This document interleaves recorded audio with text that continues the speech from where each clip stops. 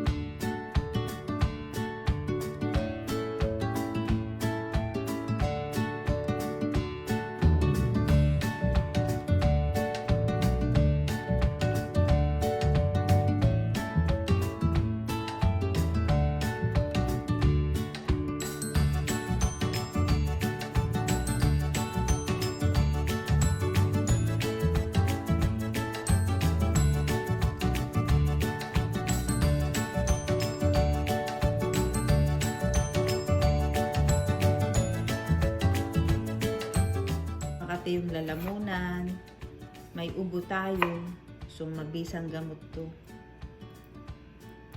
Walang chemical, natural. Yan. Lalo na ngayon, pandemic, tas uso yung mga ubo, sipon. So, ito yung madalas namin iniinom dito sa bahay.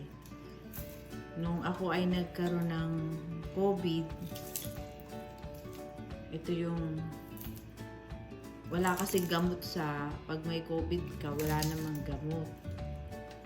Pag may lagnat ka lang, papainumin ka ng ano. So, nung nag-positive ako sa COVID, ito nung yung ininom ko everyday. Siguro sa isang araw, nakatatlong tasa akong maghapon.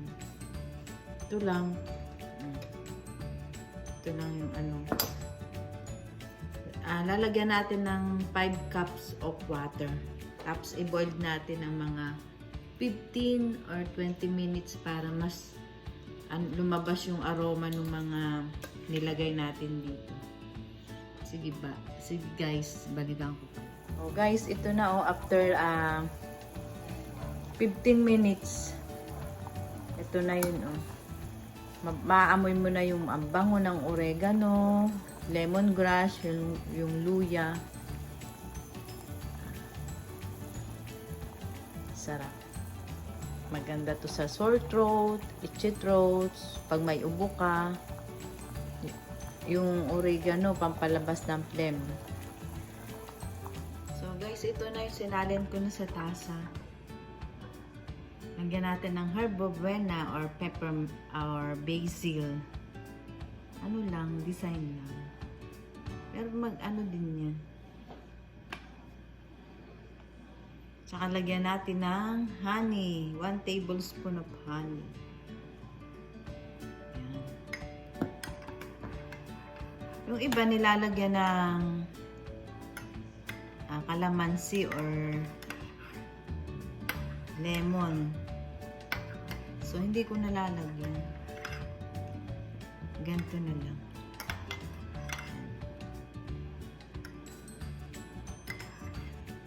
Ito lang yung iniinom ko pag Makati ang lalamunan. Tulad ngayon, Makati ang lalamunan ko. So, ito ang iinumin ko. Maya-maya. Mainit pa.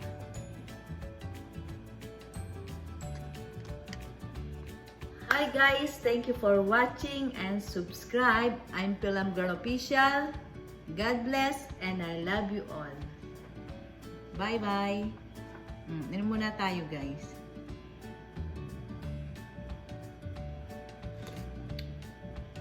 Sarap.